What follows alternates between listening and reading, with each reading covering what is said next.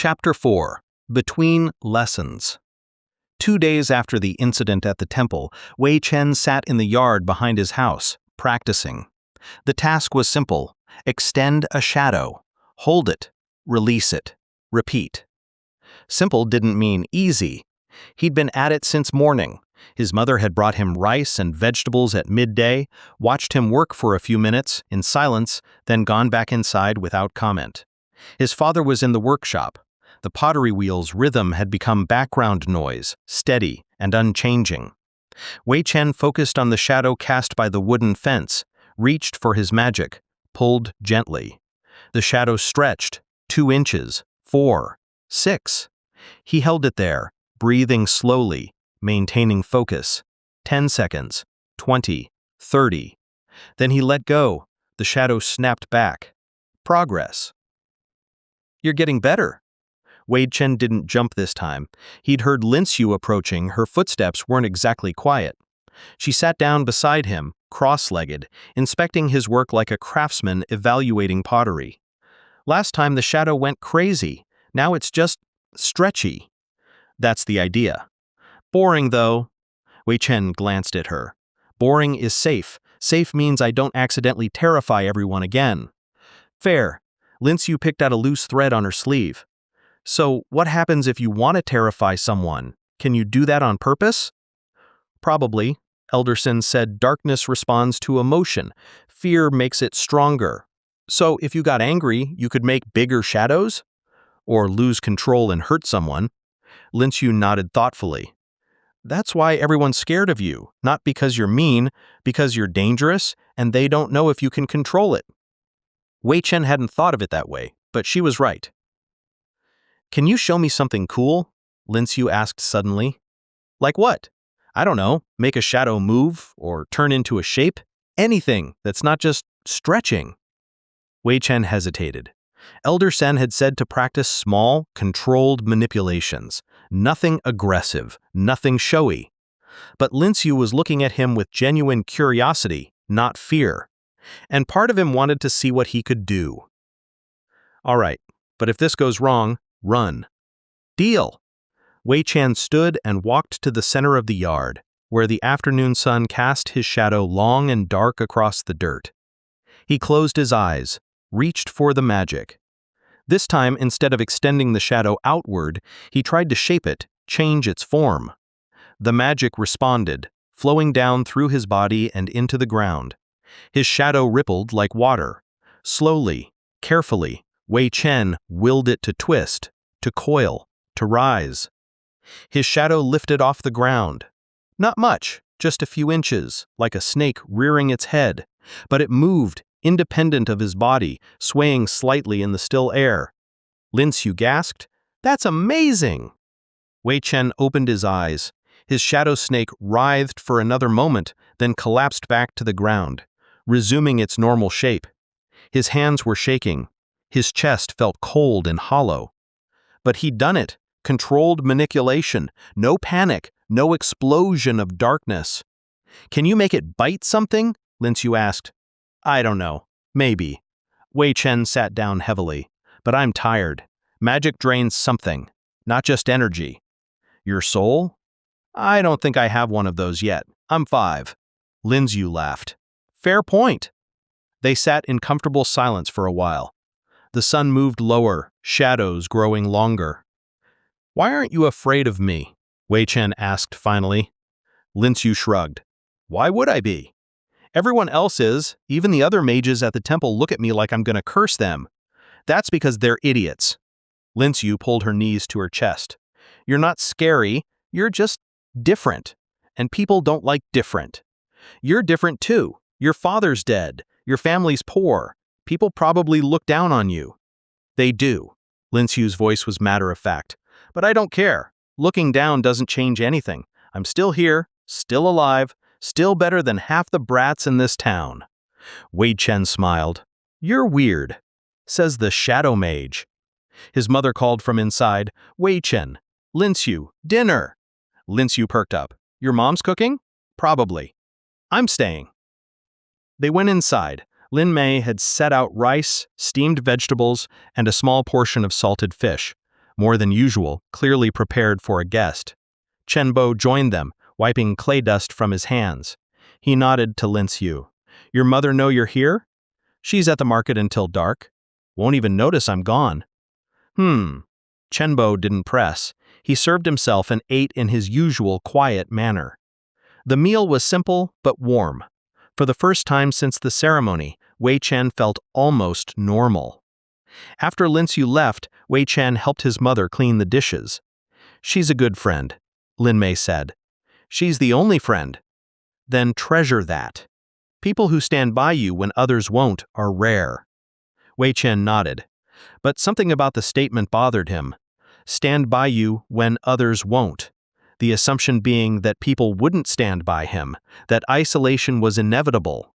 Maybe it was. Maybe having darkness magic meant being alone except for the few strange enough not to care. Or maybe, and this thought was quieter, colder, maybe he didn't need friends who were afraid of him. Maybe he needed people who were useful. That night, Wei Chen lay awake again, thinking. Lin Xiu wasn't afraid because she had nothing to lose. No magic, no status, no expectations. The other children were afraid because they did have something to lose. Safety, normalcy, the comfort of fitting in. Fear wasn't about Wei Chen, it was about them. And if fear was about them, then it was a tool, something he could use. Not now. He was 5, barely able to stretch a shadow without exhausting himself. But someday, fear would be useful. The next morning, Wei Chen returned to the temple. 8 children again. Same faces, same cautious distance. Elder Sen wasted no time. "Today we will discuss magical theory. Sit." They sat in a circle on the cold stone floor. Elder Sen stood in the center, staff in hand. "Magic is not infinite. Every use drains your core, the reservoir of energy within you. Beginner mages have small cores, intermediate, larger, advanced, larger still." He gestured to Wei Chen. "Wei Chen, you've practiced between lessons?" "Yes, Elder." "How many times could you manipulate a shadow before exhaustion?" Wei Chen thought back.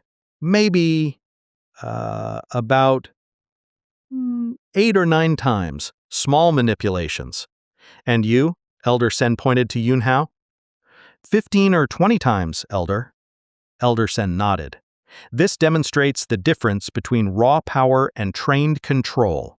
Both of you are intermediate level. Your magical cores hold the same amount of mana. Your potential is equal." He paused, letting that sink in. "But Yun Hao has been practicing water manipulation since his family discovered his affinity 2 years ago.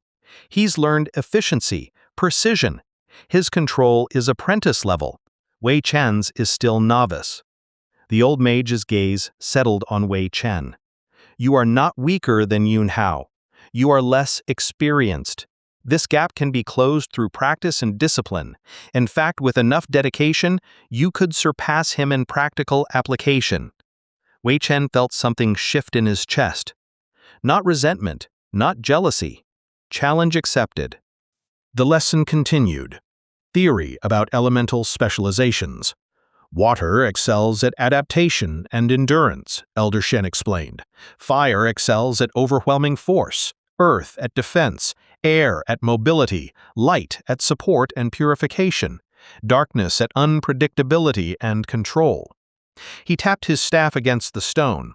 "No element is inherently superior. A fire mage is not automatically stronger than a water mage. Victory depends on skill, strategy, and circumstance." One of the water students raised their hand. "But Elder, doesn't water counter fire?" "A common misconception. Water can extinguish fire, yes. But a skilled fire mage generates such heat that water evaporates before contact. Meanwhile, fire can boil water, but a skilled water mage controls temperature and disperses heat." Elder Shen's expression was stern. "Abandon the idea of easy victories. There are none. Only preparation versus lack thereof." "Darkness," Elder Shen continued, looking directly at Wei Chen, "specializes in what others cannot see. Stealth, misdirection, psychological warfare. If you fight like a fire mage, direct and aggressive, you will lose. But if you fight like a darkness mage, using terrain, psychology, and unpredictability, you can defeat anyone. Wei Chen absorbed every word. This wasn't just theory, this was strategy, a roadmap.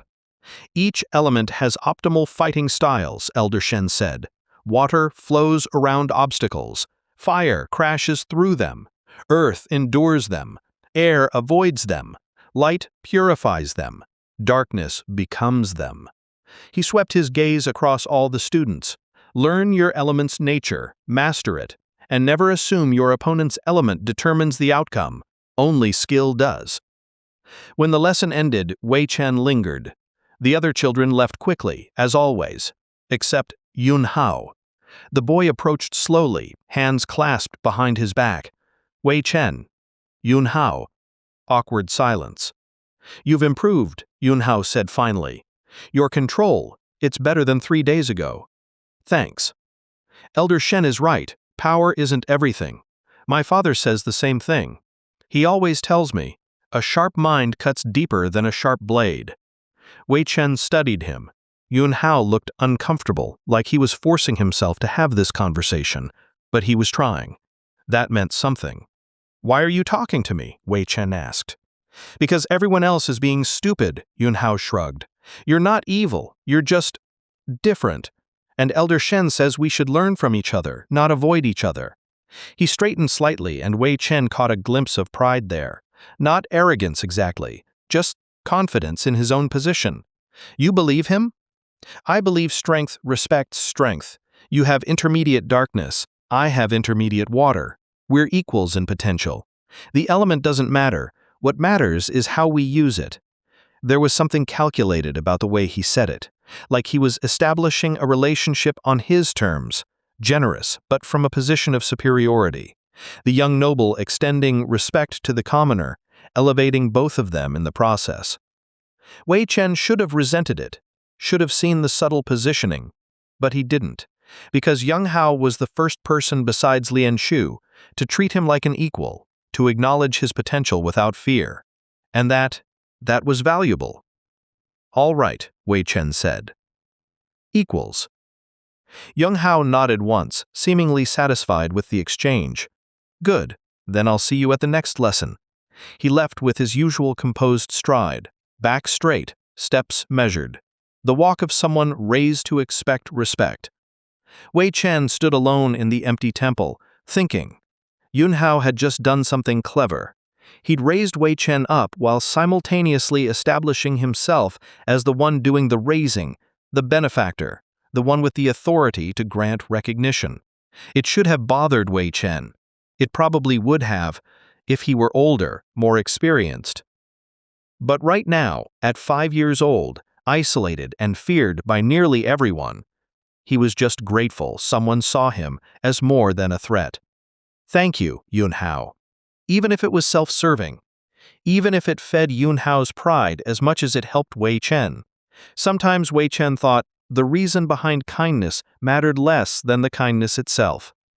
Wei Chen walked home through empty streets, but for the first time since the ceremony, the emptiness didn't feel quite so heavy. Lian Shu didn't fear him.